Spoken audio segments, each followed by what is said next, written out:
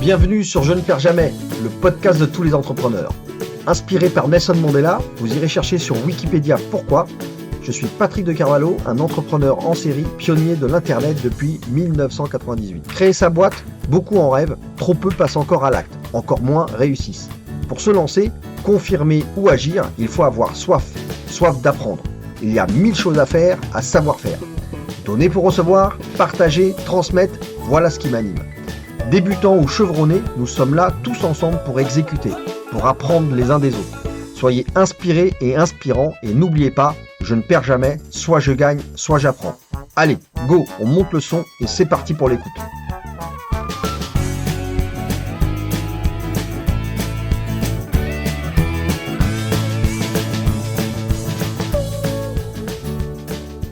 Franchement, c'est trop éclatant de faire ça. Bonjour à tous, c'est Patrick de Carvalho du podcast Je ne perds jamais. Aujourd'hui, en cette rentrée de 2023, je me suis égaré ce matin dans le Vexin, dans le 95, et je suis tombé sur une entrepreneure tout à fait originale, qui est en plus anglaise d'origine, voilà, qui s'appelle Laura Humbert. Bonjour Laura. Bonjour. Je suis enchanté d'avoir fait ta rencontre ici. Tu as un concept qui est d'avoir créé un petit van avec lequel tu te balades, tu te promènes entre 3 villages et tu recrées en fait le café du village à travers ce petit van. C'est incroyable parce que tu as a priori monté ça très récemment, il y a un an, cette année. Cette année, en mai en fait, mai. J'ai commencé ma saison le En 1er mai de cette année. mai. Donc ça c'est incroyable parce que j'imagine que... Alors tu m'as dit en voix off avant qu'on démarre que tu étais d'origine anglaise, que ça faisait longtemps que tu étais arrivé sur le territoire français. Raconte-nous un petit peu ton parcours et ce que tu faisais avant de lancer ce concept. Je suis venue en France à l'âge de 30 ans. Je suis tombée amoureuse d'un beau Français et j'ai démarré ma vie de famille. J'étais femme au foyer pendant des années. Je me suis occupée de mes filles, qui étaient essentielles pour moi. Et après, j'ai lancé plusieurs projets. J'ai lancé une école pour des enfants, une école anglaise pour les enfants. Et après, j'ai eu cette idée. Parce que je passe pas mal de temps dans le Vexin, j'habite dans le Vexin. Et j'ai sillonné les routes du Vexin grâce à une association avec laquelle je travaille. Et en visitant les villages du Vexin, je me suis rendu compte qu'il y avait beaucoup de jolis villages bien préservés, qui avaient des jolies places de village, mais qui manquaient horriblement des cafés. Et donc, il y avait ce lieu de convivialité qui était en manque. Et en plus, il n'y a pas de chance que ça redevienne, parce que beaucoup de lieux, des anciens cafés, sont devenus des maisons, des lieux d'habitation.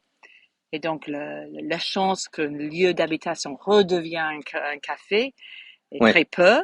Et donc, le concept, il est carrément mort. Oui, tout à fait. Et toi, et alors, ce qui est incroyable, et c'est pour ça que j'ai eu envie de t'interviewer, c'est que tu as eu une vie bien remplie, où tu n'étais pas du tout entrepreneuse. Enfin, tu avais créé ton école quand même. Ton école, c'était ton école, hein, c'était ton école. Donc là, c'était une école de langue, langue anglaise. Ouais, c'est ça.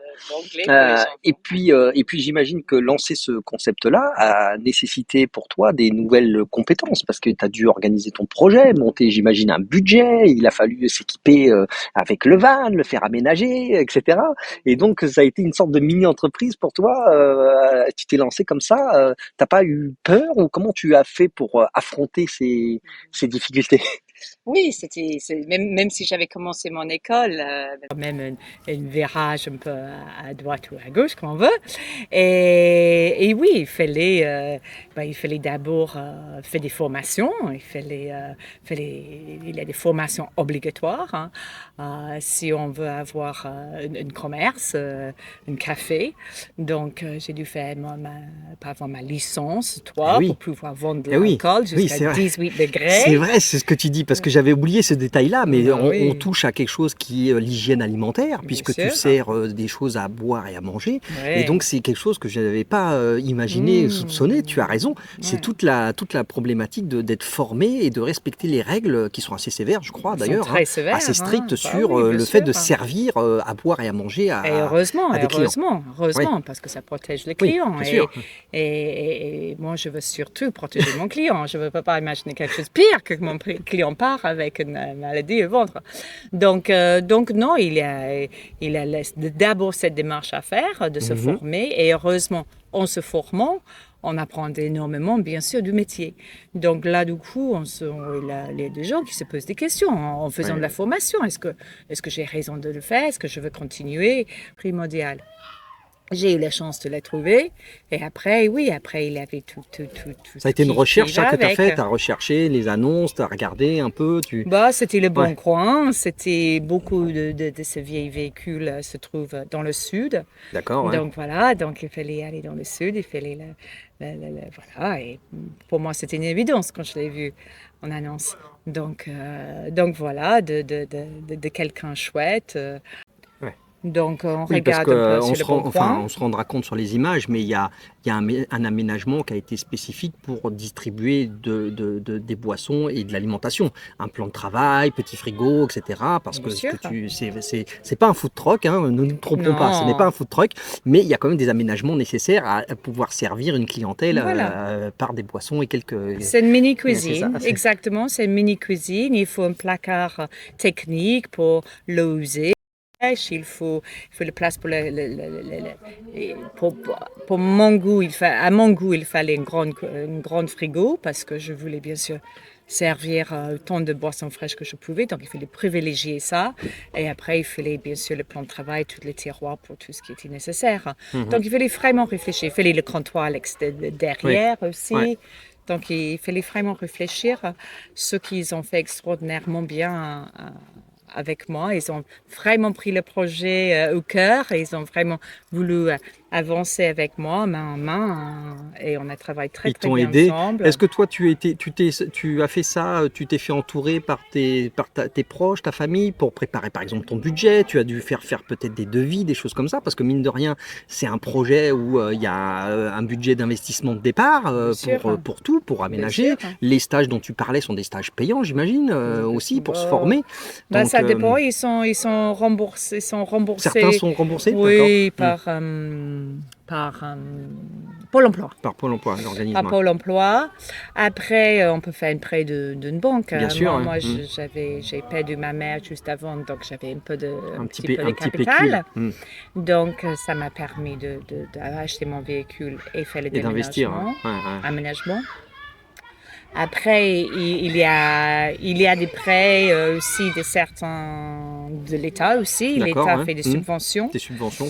Donc, il y a une subvention pour des services ambulants D'accord. euh, Oui, c'est de un l'État. cadre spécifique de. Oui, Oui, d'accord. pour les Ouais. services, carrément des services ambulants. D'accord. Donc, j'ai fait une demande, donc j'attends pour faire savoir. Mais ça existe, ça D'accord. existe. Ouais. Tout ça, Donc, il c'était y a nouveau, hein, des... pour toi. Oui, il Tu fallait as dû faire... creuser, plonger Ah, dans tout ça. on passe du temps sur Internet. Bah oui, il faut creuser tout ça, il faut creuser Ouais, tout tout ce qui est obligatoire. Il faut une bien sûr. carte Ouais. Pour pouvoir se déplacer. d'ambulante D'accord. Ouais. officielle. Hmm. Donc oui, il est tout. Oui, mais heureusement, il est Internet, n'est-ce pas? Oui, tout à fait. Ouais. Internet est notre ami, on on peut tout apprendre sur Internet. Oui, on peut tout trouver. hein, Si on creuse. Mais en disant ça, il y a pas mal de choses qui sont assez opaques. Des oui. fois, oui, c'est pas, tout n'est Ah, pas et toujours souvent, si accessible que ça. souvent, ce qu'il faut, c'est essayer de trouver des gens qui sont prêts à partager, parce que parfois la connaissance n'est pas suffisamment partagée par ceux qui ont déjà fait. Et si Oui, tu c'est trouves pas c'est vrai. des personnes qui sont voilà, dans un état d'esprit de Le te faire partage. bénéficier de leur expérience, bah, effectivement, là, moi, je me rends compte que ce que tu nous racontes, c'est quand même un mini parcours du combattant. Et c'est un secteur, comme tu dis, du nomadisme au niveau de Oui. l'alimentation. Donc, c'est des réglementations spécifiques, de la formation spécifique sur le fait de servir de la nourriture et des boissons. C'est quand même un secteur, mine de rien, qui s'apparente un peu à la restauration d'ailleurs. Hein. Bah oui, Et donc, avec ses contraintes et ses difficultés propres. Hein, Et c'est un milieu qui développe de plus en plus. Donc, ils sont en train d'imposer de plus en plus de réglementations. Strict. Ouais. Donc, en fait, le grande différence, c'est si vous servez si vous cuisinez de la nourriture. Oui, oui. Moi, je cuisine pas vraiment. Oui. Donc, si vous êtes une food truck et vous avez des pizzas, c'est encore pire. vous avez, voilà, vous faites des burgers. Tout ça, c'est encore plus compliqué. Ouais, plus compliqué. Ouais. Moi, franchement, je sers du café, je vends des petits toasts, des choses comme ça, des muffins. Des muffins, des toasts et des pains au chocolat. Donc, pour des raisons puisque je touche de la nourriture, je suis obligée de faire une formation sur l'hygiène, ce que je trouve normal. Mais après, des choses comme d'avoir une cheminée pour l'aération, pour voilà, beaucoup de choses qui sont obligatoires si on travaille vraiment beaucoup avec la nourriture. Non, ça c'est autre chose. Donc pour moi c'est entre guillemets compliqué, mais pas trop compliqué non plus. Hein. C'est juste un petit café. Hein. Alors j'ai la chance d'être avec. Non plus. Non, c'est. Le chirurgien au cœur ouvert. Comme on dit, il n'y a pas de petit projet. C'est un projet. C'est un projet avec, dans ton cas, une dimension qui est une dimension, je dirais, voilà, logistique, une dimension de formation, donc avec des investissements à faire sur la formation. Il y a une dimension qui est juridique aussi, parce que j'imagine que tu dois respecter un certain nombre de choses. D'ailleurs, quelle est la structure société que tu as fait? Tu es genre en auto-entrepreneur? Comment je suis auto-entrepreneur. C'est ça, avec un système micro-entreprise, on peut faire ce genre de choses. Voilà, d'accord. Tout à fait. Ok. Bon bah ça donc voilà. Non, je crois que tout dépend de l'investissement personnel de la personne qui veut investir. C'est vrai que pour moi, j'étais tellement convaincue qu'il y avait un besoin qu'il fallait que je fasse ça sérieusement. Je crois qu'il y a un manque pour des cafés pendant des années pour des villageois et il ne fallait pas se moquer d'eux. Il fallait vraiment, si j'allais dire mais je suis votre café du village hebdomadaire. C'est pas une blague quoi, c'est sérieux. Il ne fallait pas que ça fais. soit une blague. Il fallait que je fasse ça vraiment très sérieusement et dans une manière très respectueuse vis-à-vis de eux. Donc, c'est pour ça que je suis là 12 heures, de 8 heures le matin jusqu'à 20 heures le soir.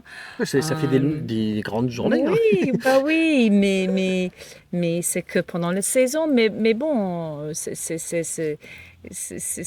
obligatoire si vous faites ça. Si vous dites aux gens, je suis votre café du village, vous ne pouvez pas juste arriver à 16 heures et vendre quelques bières et partir.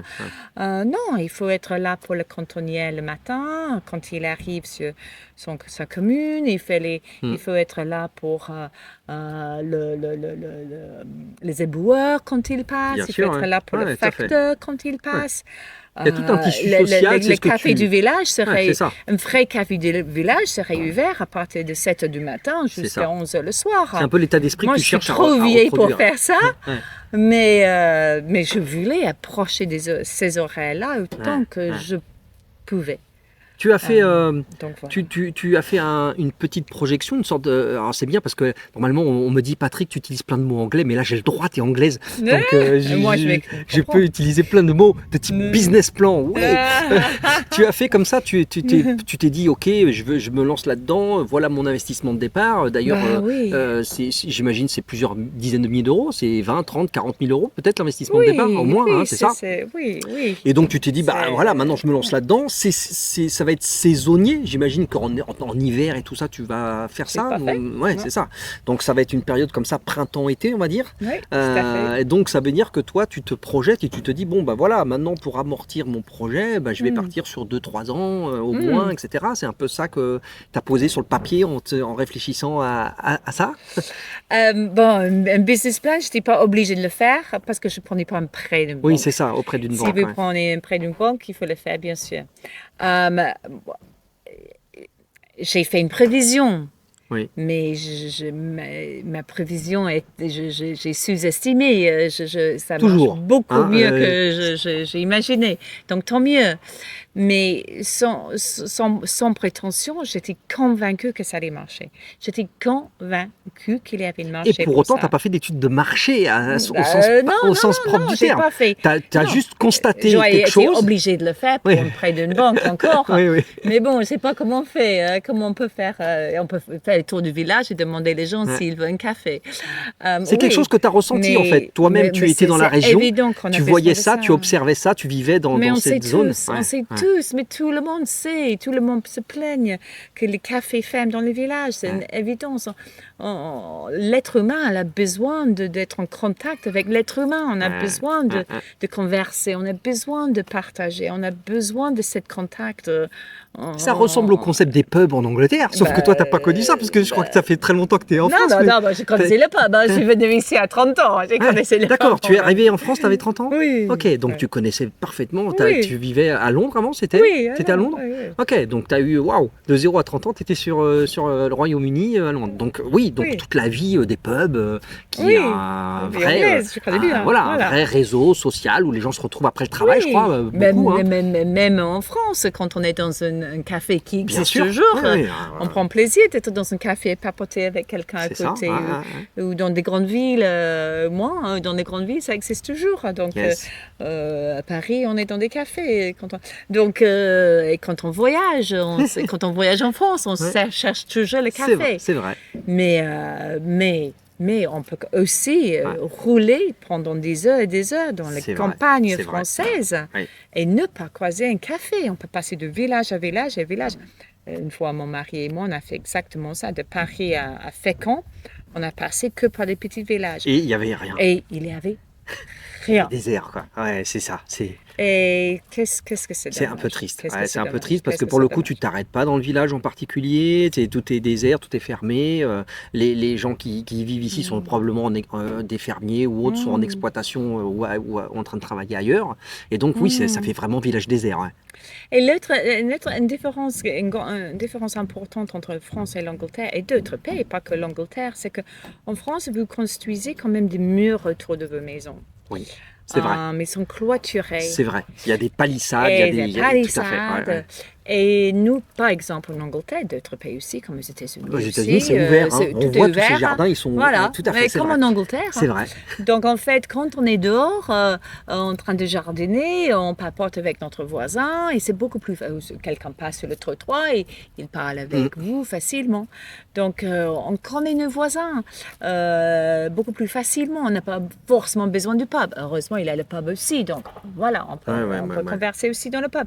Mais en France, je trouve qu'on est assez clôturé. Assez égoïste, se recentrer sur nous. Non, je ne dis pas ça. J'ai juste dit que vous êtes clôturé. Ouais. Donc, il y a moins de facilité. Et c'est pire dans les grandes villes. Je trouve. Il y a moins de possibilités, je trouve, de tomber accidentellement sur votre voisin. J'étais dans une de mes autres communes et une femme est venue me voir après mon deuxième semaine de marrant le café. Elle est venue me voir, elle a dit « mais merci, je viens de rencontrer mon voisin qui habite à côté de moi depuis 5 ans que je n'ai jamais rencontré. » Waouh. Donc, donc là, c'est effectivement, tu te dis, waouh. Donc, Là, je crois que c'est une histoire d'architecture aussi en France qui fait que vous êtes un peu... Donc, d'où ça vient, on n'a pas besoin de faire l'histoire de la France mais je crois que c'est dans votre héritage, c'est dans votre histoire qui est la cause de cette manière de vivre assez clôturé, mais encore plus besoin pour des cafés de village. Voilà. Et là, tu le sens, toi, depuis que tu as démarré, que tu recrées en fait du rassemblement, du lien social. Les gens du village viennent, commencent à prendre. Je trouve ça, mais ça me touche énormément. Ça me bouleverse toujours. Ça a commencé en mai, donc on est maintenant fin août. Et je suis extraordinairement touchée. Tu sers à ça. Je dis à mon mari le soir, mais tu te rends compte, les gens, ils m'ont donné 10 €, ils m'ont donné 20 €, ils m'ont donné leur argent. Ouais. Mon mari m'a dit l'autre soir, oui, Laura, parce que vous donnez quelque chose en retour. Oui. Mais mais c'est plus que ça. Oui, j'ai du mal. Je savais qu'il avait un besoin. Je sais que je sers à quelque chose, mais quand on est un individu et on se rend compte qu'on contribue au point qu'on contribue, c'est quand même touchant, c'est quand même énorme. Clairement, c'est pas une question. C'est pas une question du tout d'argent. Je peux en témoigner. Je suis d'ailleurs le témoin vivant puisque je viens de passer quelques heures au café du village, donc avec Laura. Et effectivement, c'est incroyable de voir je dirais la sincérité, les échanges. Les gens viennent, sont déjà, ils sont ouverts, ils sont calmes, heureux, etc. Ouais. Et c'est vraiment incroyable parce que c'est pas la question du prix du café ou du toast, etc. C'est bien, ça va bien plus que là. Ce que tu apportes, c'est clairement une ouverture, un partage qui est vraiment très agréable. Je sais pas, je sais pas. On peut pas plaire à 100% de gens en 100% du temps. Je sais pas, mais si ça plaît à mes clients, je suis ravie. Mais ce qui est sympa avec ce concept-là, c'est que des enfants peuvent venir. Oui. Et dans des cafés et bistrots, dans certains villages qui restent, et ce n'est pas forcément un lieu pour les enfants. C'est ça, tout à fait. D'ailleurs, j'ai 2 petites clientes. On va pouvoir mettre en pause et puis tu vas y aller. Et donc, ça c'est vraiment chouette. C'est que des enfants, j'ai des enfants qui viennent toutes seules, comme les 2 filles-là. Et j'ai des familles qui viennent et les enfants jouent pendant que maman papote avec... Et après, j'ai tout. On va faire un petit entracte. Laura va aller servir deux petites clientes, deux jeunes filles qui sont là et qui veulent probablement un petit quelque chose du café de la gare. Café du village. Café du village. On est dans quel village d'ailleurs ici, tu sais? On est à Villers-en-Arthy. Villers-en-Arthy, tout à fait. C'est là où il y a le petit château. Il y a le petit château qui était là à côté. D'accord.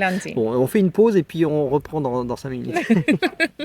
C'est incroyable de voir ce phénomène qui prend vie, qui prend forme et qui dépasse pour l'instant je dirais l'imaginaire ou la promesse que essaie de poursuivre Laura. Donc Laura, je suis vraiment enchanté d'avoir croisé ta route, d'avoir croisé ton chemin avec ce concept.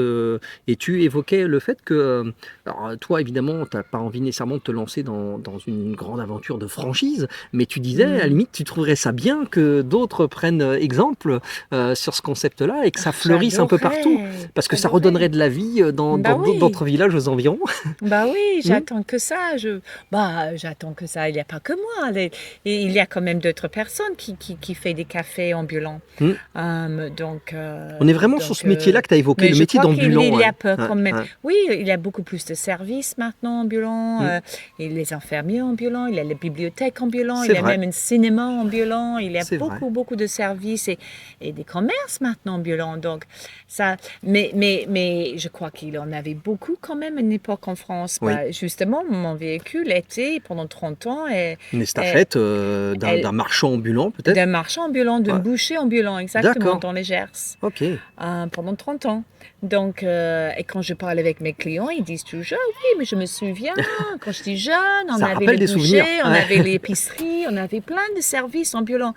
Donc, je crois que c'était oublié avec les années 80-90 et le commerce et le centre commercial et l'évolution de le commerce.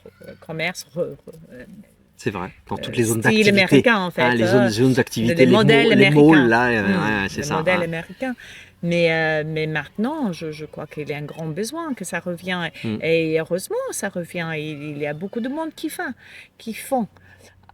Je me disais d'ailleurs. Écoute, mais t'en fais pas, j'adorerais, c'est vrai que j'adorerais s'il y a des gens qui écoutent, qui se disent, mais c'est quelle chouette idée, j'aimerais vraiment faire ça.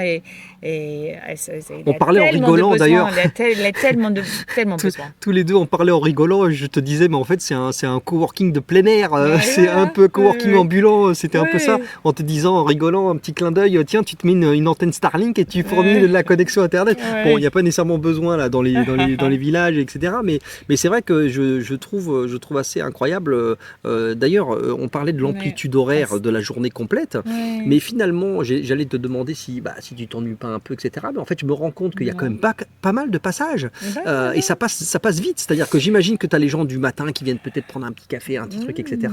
Mais après, très vite, à midi, hop, ils reviennent. Et puis, tu te fais le 4h, 16h, enfin, le fin de journée aussi. Et donc, finalement, ça doit passer assez vite parce que je vois que tu avais les conversations avec les villageois, etc. Donc, oui, je pense que c'est... Franchement, c'est que du bonheur. Je m'éclate du matin au soir.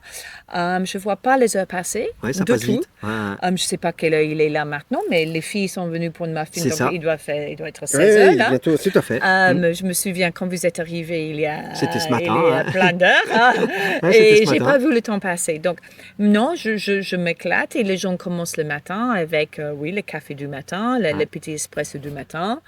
Après, il y a le midi, les gens commencent à prendre une bière avec un petit toasty.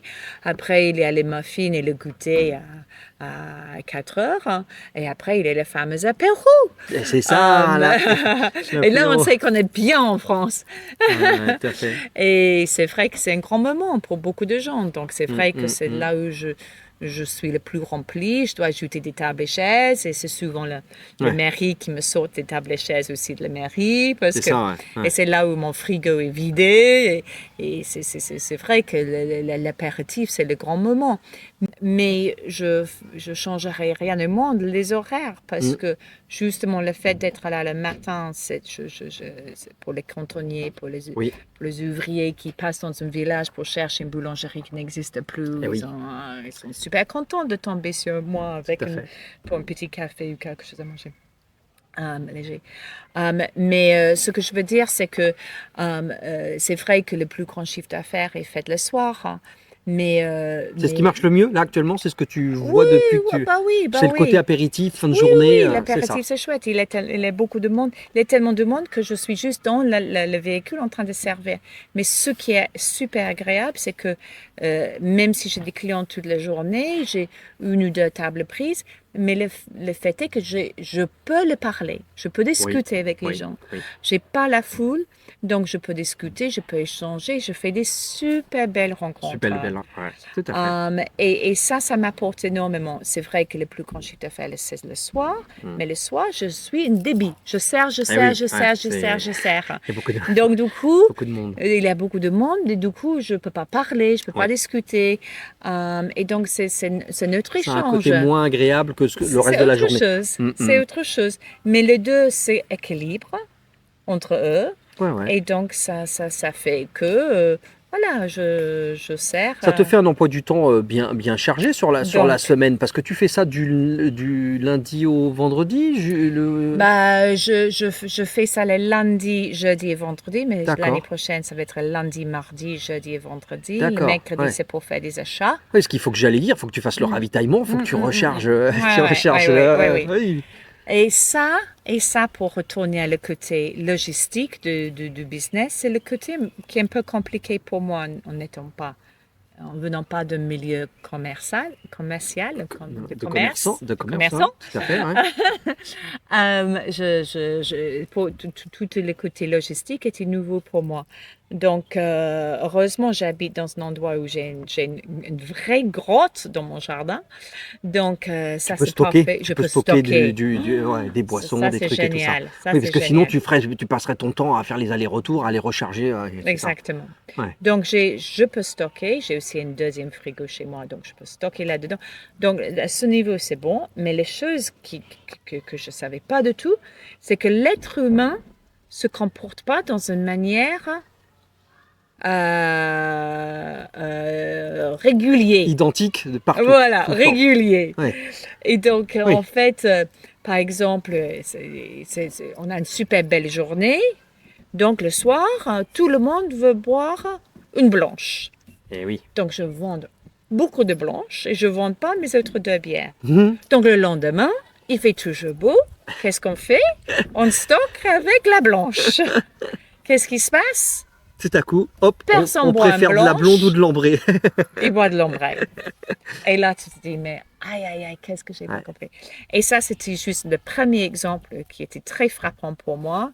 Mais ça a continué depuis les saisons avec tout. C'est impossible C'est quelque de chose. deviner C'est quelque chose qui m'a toujours comment fasciné. les gens ça. Ouais. vont consommer. Je me suis toujours posé la question, notamment par exemple pour les boulangeries et tout ça. Je me dis, non, mais comment mais ils prévoient je sais le nombre pas de comment ils baguettes font. qu'il faut faire Non, et, non, je sais et les pas comment croissants? ils font. Je sais pas comment ils font. Et le problème est que vous pensez que vous êtes malin. Et vous vous dites, ah, j'ai compris, je sais ce qu'ils vont faire parce que je suis dans ce village-là. Je sais comment ils commencent à se comporter. Je sais ce qu'ils aiment. Je sais quelle journée. Je sais qu'il fasse beau, il ne fait pas trop beau. Donc, je sais comment il va se comporter. Et vous croyez malin. Et Et donc, bon, ils font complètement le contraire. Ils se comportent complètement c'est rigolo, différent à ça. ce que vous auriez imaginé. Ouais. Qu'ils allaient se comporter. C'est intéressant, donc, ça. l'être humain, il est facile. L'analyse de l'offre et la demande, en fait. Non, L'offre mais et la c'est demande du impossible. marché, c'est vraiment rigolo. Impossible de faire. Heureusement, j'ai un mari que je peux appeler en me disant quand tu viens ce soir, amène plus de les blanches, plus. Il sert de Voilà, ravitaillement. Oui, mais j'aurais eu beaucoup plus de soucis, de manque s'il de était pas stock si disponible, j'avais ouais, pas mon mari. Ouais. Mais bon, il n'y a qu'une fois j'ai pas pu satisfaire, mais c'est Il est jongler, en soutien. Lui, il est tout le tranquille à matin, faire autre chose. Il est en soutien du projet. Il trouve oui, ça. oui, non, oui, le soutien de mon mari et de mes enfants, bien sûr, énorme. Bah oui, énorme. Bon. Un très grand soutien familial. Mais comme tout entrepreneur va vous dire, il faut le soutien de le partenaire sinon c'est et la difficile. famille. C'est Parce difficile. que si vous bloquez, parce que vous pouvez avoir une bonne idée, vous pouvez être convaincu que ça va marcher, mais vous avez aucune idée comment ça va dérouler en fait. Clairement, il y a toujours des imprévus, tu l'as dit. Vous pouvez essayer de vous imaginer dans le rôle autant que vous pouvez passer votre nuit en train d'imaginer. Tant qu'on n'est pas dans le vrai, dans l'action. Ce que ça va donner, mais c'est impossible. Et donc, autant que vous préparez, toutes les préparations que vous faites, toutes les nuits sans sommeil que vous investissez dans le projet en réfléchissant, rien ne peut vous préparer pour la réalité. Donc, en fait, il faut toujours cet soutien derrière qui va vous dire, OK, c'est moi qui s'occupe du dîner ce soir. OK, moi, je viens t'aider pour ça. Moi, voilà, maman, je peux, si tu veux. Donc, là, tu vas poursuivre l'arrière-saison. Tu penses faire ça jusqu'à septembre, octobre? Je vais faire jusqu'en octobre. J'ai pas, bien évidemment, on va voir la météo, comment elle se comporte. Voilà, je croise mes doigts. J'ai su faire du pluie là, mais là, je croise mes doigts pour avoir une bonne arrière-saison. Mais le soleil va tomber vite. Donc là, du coup, je vais être en train de ramasser tout mon mobilier dans le noir. Oui, c'est ça. Ça va être le soleil se couche beaucoup plus tôt. Je crois que je vais avoir des lampes frontales. Coucou les amours. Coucou les amours. On a les petits enfants de l'école et du centre garderie qui sont en train d'arriver. La saison, tu la reprendras l'année prochaine, par exemple, au printemps, tu vas faire, tu penses? J'allais le faire en avril, mais avril cette année, il faisait très mauvais. Et c'est quand même dans le nord. Il y aura peut-être des gens qui habitent dans le sud, donc pour eux, c'est moins de risques. Mais pour moi, c'est vraiment estival. Et donc, je suis vraiment dépendante du beau temps parce que aussi, j'ai un véhicule qui craint. Le Roy. Oui, le véhicule, le petit van. De 1978, les estafettes étaient faits. Vraiment, c'est très fin. T'as pas de problème mécanique, ça va pas plus que ça. J'ai un bon garagiste. Bon, super. Il faut un bon garagiste. Parce que quand on a un véhicule aussi ancien, tout ça, on peut avoir quelques inquiétudes. Bien sûr. Mais aussi, le mobilier craint la pluie. Le parasol craint la pluie. Tout à fait. Donc non, il me faut du beau temps. Donc je crois que je vais commencer en mai. Je crois que ça va être plus intelligent. On va se donner, nous, un rendez-vous. Moi, je repasserai. Je repasserai te voir. Je vais garder tes coordonnées. Je vais garder une table avec votre nom je trouve l'initiative intéressante et donc ça me permet de souligner qu'il n'y a pas de moment et de meilleur moment pour entreprendre. La preuve avec Laura ici, qui finalement, voilà, après avoir quitté son Angleterre natale, avoir été directrice d'école, avoir monté son école, finalement, elle nous a recréé le concept du café du village et c'est extraordinaire. Franchement, je ne sais pas si je vais réussir à vous le restituer dans les images et dans les mots, mais il émane voilà, des sourires, du plaisir, du bonheur, du prendre le temps avec Laura et franchement, c'est incroyable, effectivement. Ça fait plusieurs heures que je me suis installé ici un petit peu en bureau improvisé depuis ce matin et j'ai pas vu le temps passer et c'est super agréable, il fait beau, on a des discussions d'entrepreneuriat, c'est vraiment chouette et donc vraiment je témoigne d'un concept qui est finalement voilà, qui comme tout encore une fois c'est pas simple. Elle a dû se former, elle a dû monter son budget, tout préparer, etc. Mais elle l'a fait, elle s'est lancée et ça fait quelques mois maintenant, elle a démarré en mai. On est quelques mois plus tard, on est en août 2023 et on peut souhaiter longue vie d'entrepreneuriat à Laura. Laura, c'était un immense plaisir de te recevoir sur ce podcast. Merci. Je te dis à très bientôt, je reviendrai faire un épisode 2, un épisode retour pour la saison 2. Et comme ça, on verra comment tu avances dans tes aventures. C'était un énorme plaisir de t'avoir. Merci encore, Laura. Merci. Et je te dis à tout bientôt sur les réseaux. Au revoir, Laura. Au revoir, merci. C'est déjà fini pour cet épisode. Merci pour votre écoute et d'être resté jusque-là. Vous pouvez continuer à engager la conversation en me laissant des commentaires et en me contactant via LinkedIn. Si ça vous a plu, merci de prendre 30 secondes pour donner de la force et de l'envie en mettant une note de 5 étoiles. C'est vraiment important, c'est ce qui fera connaître le podcast au plus grand nombre et qui le fera remonter dans les classements. Vous pouvez aussi le partager à votre entourage et je vous dis un grand merci du fond du cœur. Force et courage à vous, n'oubliez pas, vous n'avez rien à perdre, soit vous gagnez, soit vous apprenez. Croyez en vous et rendez-vous au prochain épisode. C'était Patrick du podcast Je ne perds jamais.